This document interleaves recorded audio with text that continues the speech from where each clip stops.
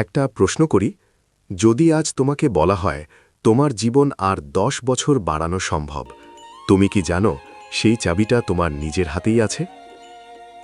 জাপানের ওকিনাওয়া, ইটালির সার্ডিনিয়া, এই জায়গাগুলোর মানুষ 90-100 বছর বাঁচে। কিন্তু আশ্চর্য ব্যাপার হলো, তাদের কাছে নেই কোনো দামি হাসপাতাল, নেই আধুনিক ওষুধের ওপর নির্ভরতা।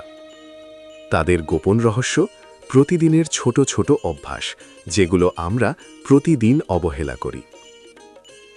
ভোরের সময়টা কল্পনা করো, শিশির ভেজা ঘাস, নরম ঠান্ডা বাতাস, তুমি খালি পায়ে হাঁটছ, মাটির স্পর্শ যেন তোমার ক্লান্ত শরীরটাকে ধীরে ধীরে শান্ত করে দিচ্ছে।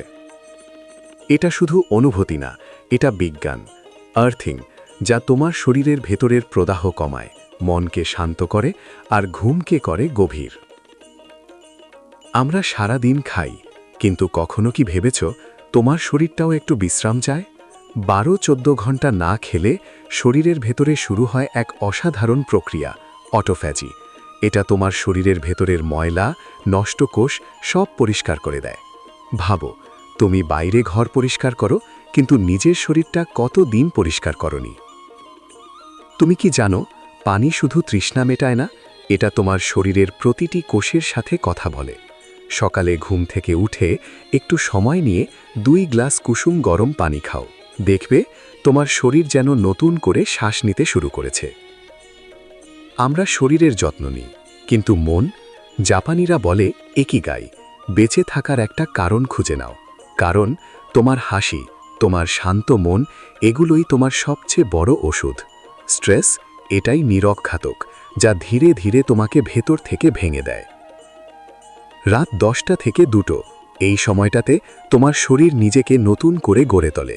কিন্তু তুমি যদি তখন মোবাইল স্ক্রল করো, তাহলে তুমি আসলে নিজের জীবন থেকে সময় চুরি করছো।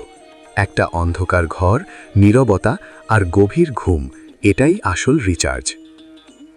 তোমার রান্নাঘরই তোমার হাসপাতাল, আবার এটি তোমার অসুস্থতার কারখানা। প্যাকেটজাত খাবার, অতিরিক্ত চিনি, রিফাইন্ড তেল ধীরে ধীরে তোমার শরীরকে নষ্ট করে দিচ্ছে।